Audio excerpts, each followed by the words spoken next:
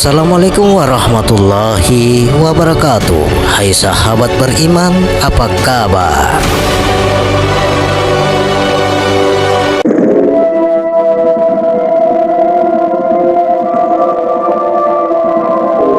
Apakah itu sir? Yang dimaksud sir itu adalah ruh berkaitan Allah, di mana sir menjadi nyawa pada ruh. Inilah Nur Muhammad. Jadi hakikat hati adalah ruh, hakikat ruh adalah sir. Sir adalah hakikat dari segala yang maujud, yang berpusat dari mata hati melalui nur ilahi. Sahabat beriman yang dirahmati oleh Allah Subhanahu wa Ta'ala, kali ini kami akan mengupas sir dan ruh. Apakah itu ruh? Ruh adalah sirullah atau rahasia Allah yang ditiup kepada jiwa, dan ruh ini menyebut dirinya aku. Min ruhi, ruh manusia itu ditiup dari ruhku, maka ruh itu hakikatnya berada dalam esa jua adanya. Hakikat diri manusia itu siapa? Adapun hakikat diri manusia itu adalah Nur Muhammad, dan Nur Muhammad inilah sifat pada Allah. Di manakah dikatakan Nur Muhammad pada diri? Yang dikatakan Nur Muhammad itu pada diri adalah nyawa, karena adapun nyawa itu hakikatnya adalah ruh idofi, dan ruh idofi inilah dirinya. Makna lainnya adalah Allah itu sebenar-benarnya nyawa, dan nyawa inilah Nur Muhammad. Inilah yang dimaksudkan dalam manusia itu rahasiaku. Akulah yang menjadi rahasia manusia. Jadi dalam kalimat syuhadat itu terdapat 3 perkara utama. Yang pertama Allah, yang kedua Rasul, dan yang ketiga Muhammad. Adapun Allah itu asma atau nama, adapun Rasul itu pesuruh, adapun Muhammad itu terpuji, nama pesuruh terpuji. Dalam syuhadat ini, hakikatnya yang disebut Allah itu adalah badanku, yang disebut Rasul itu adalah rahasiaku, Muhammad itu cahayaku. Muhammad Rasul Allah adalah cahaya yang bertindak sebagai penerang kegelapan kepada rahasia diri Allah. Jadi, adapun makna syuhadat itu adalah hidup Allah yang dijadikan tubuh pada kita sebagai dalil pernyataan wujudnya, di mana mengisyaratkan bahwa tubuh kita tidak bercerai dengan hidupnya Allah Ta'ala. Apa itu makna hidup? Adapun makna hidup itu hayat. Jadi bicara lebih jauh lagi adalah sesungguhnya kita dengan Allah itu sehayat. Di mana bukti sehayat kita dengan Allah? Jawabannya dalam Esa, karena hakikat diri itu Nur Muhammad, dan hakikat Nur Muhammad itu nyawa, dan hakikat nyawa itulah Allah. Karena sehayat ini jugalah dikatakan perlakuan manusia, perbuatan Allah dalam bab kaji Tauhidul Af'al. Karena sehayat ini jugalah maka dinyatakan tidak bergerak sesara tanpa izin Allah. Karena sehayat ini jugalah dikatakan tidak wujud perbuatan tanpa niat. Maka tugas kita sebagai khalifah adalah serahkan diri kepadanya, serahkan batin Muhammad, serahkan awal Muhammad, serahkan akhir Muhammad, serahkan sahir Muhammad. Yakinlah Allah Subhanahu wa Ta'ala ini pentadbir sekalian alam termasuk alam tubuh badan kita, di mana yang memerintah tubuh itu adalah af'al Allah, yang memerintah hati itu adalah asma Allah, yang memerintah nyawa itu adalah sifat Allah, yang memerintah rahasia itu adalah zat Allah. Af'al inilah menjadikan syariat, asma inilah menjadikan tarikat, sifat inilah menjadikan hakikat, zat inilah menjadikan ma'rifat. Maka fahamilah kenapa syariat dengan hakikat wajib seiring. Kenalilah Allah pada diri kalian, jangan akal melambangkan Dia, karena Allah itu adalah nama semata-mata, yakni sifat-sifatnya. Untuk menyatakan diri yang punya nama, maka berusahalah membinasakan diri. Hakikat serumbu kasah manusia. Di dalam diri manusia itu tempatnya idajil, iblis, syaitan, jin, 10 malaikat atau sifat malaikat, surga dan neraka, 7 lapis langit, 7 lapis bumi atau hati yang lapang. Makna-makna yang terkandung dalam setiap kitab suci semuanya dirangkum dalam Al-Quran. Makna-makna yang terkandung dalam Al-Quran dirangkum semuanya dalam surat Al-Fatihah. Dan makna-makna yang terkandung dalam surat Al-Fatihah dirangkum dalam kalimat Bismillah. Makna-makna yang terkandung dalam kalimat Bismillah dirangkum dalam huruf ba-nya. Makna yang terkandung dalam huruf ba adalah olehku telah terjadi sesuatu yang telah terjadi dan olehku akan terjadi sesuatu yang akan terjadi. Makna titik pada huruf ba adalah hati atau pintu masuk, sama dengan man arafa nafsahu faqad arafa rabbahu. Sesungguhnya syaitan berjalan dalam tubuh manusia di tempat peredaran darah. Hadis riwayat Al-Bukhari. Ketika Allah menciptakan Adam atau cahaya sama dengan sifat malaikat di surga, Allah pun meninggalkan sesuai dengan kehendaknya. Maka iblis pun mengintari Adam dan memperhatikan bagaimana keadaannya. Ketika melihat ada sisi yang kosong, maka dia pun mengetahui bahwa Allah telah menciptakan satu ciptaan yang tidak mampu untuk menahan diri. Ketika pindah ke alam dunia, Adam dimasukkan ke dalam jasad. Hakikat jasad adalah merupakan penjara dunia. Allah Subhanahu wa Ta'ala hanya menciptakan rahmat dan nikmat. Allah Subhanahu wa Ta'ala tidak menciptakan neraka ketika Adam berada di alam rahmat. Di saat iblis tidak mau bersujud atau hormat kepada Adam, maka lahirlah neraka. Neraka adalah buah tekad iblis ketika permohonannya dikabulkan Allah Subhanahu wa Ta'ala untuk menggoda anak cucu Adam sampai hari kiamat. Adapun sifat-sifat iblis, setan dan jin, hubbud dunia adalah pangkal dari semua sifat-sifat sombong, ujud, riya, takabur, fasik, munafik, iri, dengki, dendam, benci, dusta, sum'ah, bohong, solim, khianat, rakus, bakhil, kikir, fitnah, ghibah, fitnah, mencela, menghina, mencemooh, perkataan kasar dan kotor lain-lainnya. Rahmat Allah dan syafaat Rasulullah sangat sulit untuk menetes ke dalam hati yang dipenuhi penyakit. Sabda Rasulullah Shallallahu Alaihi Wasallam, Allah tidak memandang rupa dan hartamu, tetapi Allah memandang hati dan amalanmu. Musyrik dolala, Lata, Usa, Manat, Hubal. Syirik khofi, Islam yang tekadnya berubah. Syirik lijati, hati Islam, pekerjaan musyrik. Syirik lijati, pindah-pindah agama. Kufur, ucapan yang buruk. Kafir, manusia yang jahat hatinya. Kufar, perilaku dan langkah yang buruk. Hadas-hadas batin atau berhala-berhala di dalam hati, uapnya akan menutupi batin. Sifat membuktikan isi hati. Akhlak batin yang buruk karena iblis, syaitan dan jin telah mengkapling hati, membuat manusia berubah tekad, perkataan, tekad dan tingkah lakunya cerminan dari sifat-sifat iblis, setan dan jin. Mereka selalu membuat perangkap, jebakan halus menghalangi dan membelok jalan menuju kepada kebenaran dan kebaikan, atau menawarkan surga mengajak ke neraka.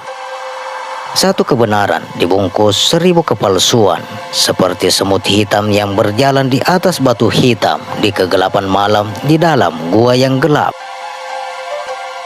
Hadis batin menjadi benih kebencian, akan menghasilkan halusinasi jiwa, merasa paling baik, merasa paling benar, merasa paling pandai, merasa banyak amal, merasa paling soleh, merasa ahli ibadah, ingin dipuji, ingin disanjung, ingin dihormati, mengagumi diri, melupakan dosa, melupakan asap, berandai-andai terhadap Allah, berangan-angan di surga, benci kepada yang tidak sholat, benci kepada manusia yang tidak disukai, menghina, melecehkan, mencemooh, panjang angan-angan dan lain-lain. Ibadah yang dibarengi dengan perasaan akan membuka jebakan-jebakan dan perangkap yang sangat halus, pintu masuknya syaitan ke dalam hati, seperti ahli ibadah, seperti ahli agama, seperti ahli sholat, seperti orang pandai, seperti ahli surga, seperti orang baik. Maka, pernahkah kamu melihat orang yang menjadikan hawa nafsunya sebagai Tuhannya dan Allah membiarkannya berdasarkan ilmunya?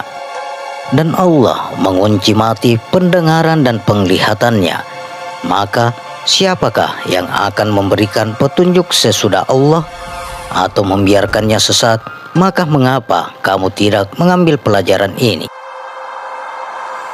Jika kegelapan menutupi mata batin, maka menyebabkan batin terpisah dari kebenaran. Batinlah yang tertutup, sedangkan kebenaran tidak tertutup. Dalil atau bukti yang dicari bukanlah untuk menyatakan kebenaran dan keyakinan, tetapi untuk mengeluarkan batin dari lembah kegelapan kepada cahaya yang terang benderang. Keyakinan atau iman ini dapat melalui pengalaman, sehingga cahaya akan menerangi atau membuka hijab hati. Kekuatan ilmu yang diperoleh ditentukan oleh kekuatan hati. Wadahnya harus bersih. Ilmu tidak akan masuk ke dalam hati yang kotor. Apabila hatinya bersih, maka cahaya ilahi semakin bersinar menerangi, dan dia mendapat ilmu yang lebih jelas. Lalu batinnya menghadap kepada yang lebih benar, sehingga dia menemui kebenaran hakiki. Terbukanya mata batin memperlihatkan keberadaan Allah Ta'ala. Kesaksian mata batin memperlihatkan ketiadaan diri selain wujudnya. Kesaksian hakiki mata batin memperlihatkan bahwa hanya Zat yang wujud, tidak terlihat lagi ketiadaan dan wujud diri. Hal ini disebut nafi isbat. Batin yang terlantar tanpa makanan mengabaikan peredaran darah menjadi kotor. Akibatnya menjadi penyakit, mudah marah, depresi, stres, was-was, keraguan, hati resah, jiwa gelisah, pikiran tidak tenang, hati panas, sakit yang panjang di masa tua, sakratul maut yang lama, dan lain-lain. Efek dari hadas-hadas batin akan membuat batin terhijab dan kolbu menjadi gelap, hati mengalami kebutaan. Sesungguhnya bukan buta mata itu yang buta, tetapi yang buta ialah hati yang di dalam dada. Quran Surah Al-Hajj ayat 46. Batin adalah makamnya ruh.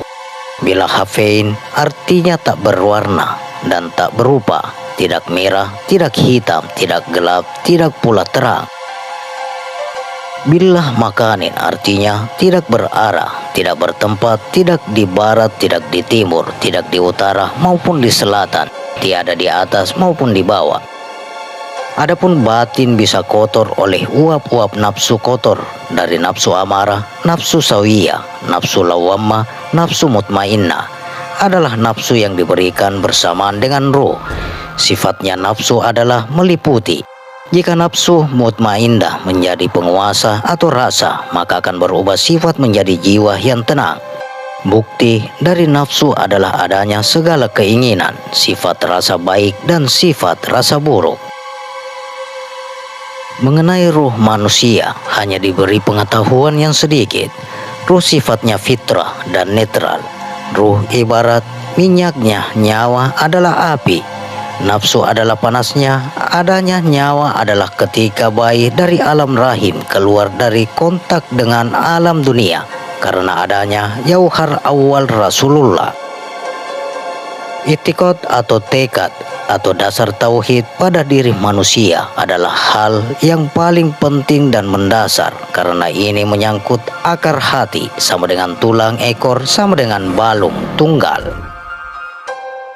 Tiada bagian dari tubuh manusia kecuali akan hancur dimakan tanah, kecuali satu tulang, yaitu tulang ekor dari manusia dirakit kembali pada hari kiamat. Hadis riwayat Al-Bukhari. Akarnya adalah tekad atau i'tiqad, batangnya adalah syahadat, cabang dan rantingnya adalah istighfar, daunnya adalah takbir, buahnya adalah bismillah. Pohon hati ini akarnya membenam ke dalam 7 lapis bumi dan buahnya menjulang ke atas 7 lapis langit. Kedudukannya niat adalah di luar tekad. Surga dan neraka ditentukan oleh manusia ketika hidup di dunia. Sesungguhnya dengan apa yang dipertaruhkannya atau itikad atau tekad atau keyakinannya. Syahadat sama dengan ilmu, amal, perkataan. Neraka sama dengan hawa nafsu, surga sama dengan ilmu. Berikut adalah itikad atau tekad. Di dunia sebab akibat, di akhirat sebab tekad. Kolbu adalah tempatnya sifat nur ilmu Rasulullah, berfungsi sebagai penerang alam hati atau cahaya iman. Jika ilmunya yang didapatkan dari ilmu yang bersih dan suci, maka setitik nur ini akan menjadi cahaya nur atau rijalullah. Sifat nur ilmu ini bermuara menjadi nur darah merah, nur darah kuning, nur darah putih, nur darah hitam. Cahaya api atau rijalul alam yang terbuat dari api yang bersih. Dan Raja Jan, rajanya para jin, ilmunya didapat dari cara kotor atau amalan junub, maka darahnya menjadi darah kotor. Adanya nyawa adalah ketika jasad bayi dari alam rahim lahir, dari kontak dengan alam dunia. Sifat fitrah ruh berubah sifat menjadi ruh atau wujud rupa jasad. Jasad yang terbuat dari hakikat Adam. Adapun Seifi 4, Saripati ruh api, Saripati ruh air, Saripati ruh bumi, Saripati ruh angin. Jutaan nyawa mati oleh api, jutaan nyawa mati oleh angin, jutaan nyawa mati oleh bumi, jutaan nyawa mati oleh air. Ketika beranjak dewasa, jasad menjadi kotor. Sedikit atau banyak ada ruh dari api, angin, bumi. Air yang menumpang pada makanan sehingga menjadi kotor dan masuk ke dalam tubuh, dicerna oleh tubuh menghasilkan darah, dan peredaran darah inilah ruh bersemayam sehingga menimbulkan penyakit. Jadi asal usul penyakit adalah dari makhluk atau dari ruh yang menumpang pada makanan. Setiap perbuatan maksiat akan menjadi dosa. Setiap dosa manusia akan berpengaruh terhadap darah, karena darah adalah merupakan sebuah alam atau sebuah wadah. Disinilah manfaatnya akikah, kurban, kifarat agar idul iman tidak belok ke kiri dan ke kanan. Allah Ta'ala berfirman, daging-daging unta dan darahnya itu tidak akan dapat mencapai kepada Allah, tetapi ketakwaanmu yang dapat mencapainya. Quran Surah Al-Hajj ayat 37. Rasulullah Sallallahu Alaihi Wasallam bersabda, dosa itu membekas di dalam hati. Proses nabati dan hewani tambah ilmu di 7 turunan, Habil dan Qabil, faktor genetik, hawa nafsu, sifat baik dan sifat buruk, halal, haram, subuhat, darah, sifat, akhlak, sifat ilmu atau sifat pekerjaan seseorang ketika di dunia akan turun kepada keturunannya. Allah tidak akan menerima keburukan dan sifat buruk itu akan kembali kepada keturunannya. Ibnu Abbas radhiyallahu anhu, tidak ada dosa kecil kalau dilakukan terus-menerus dan tidak ada dosa besar kalau dibarengi istighfar. Berkata pula seorang salaf, jangan engkau mandang kepada kecilnya dosa, namun lihatlah kepada siapa engkau bermaksiat.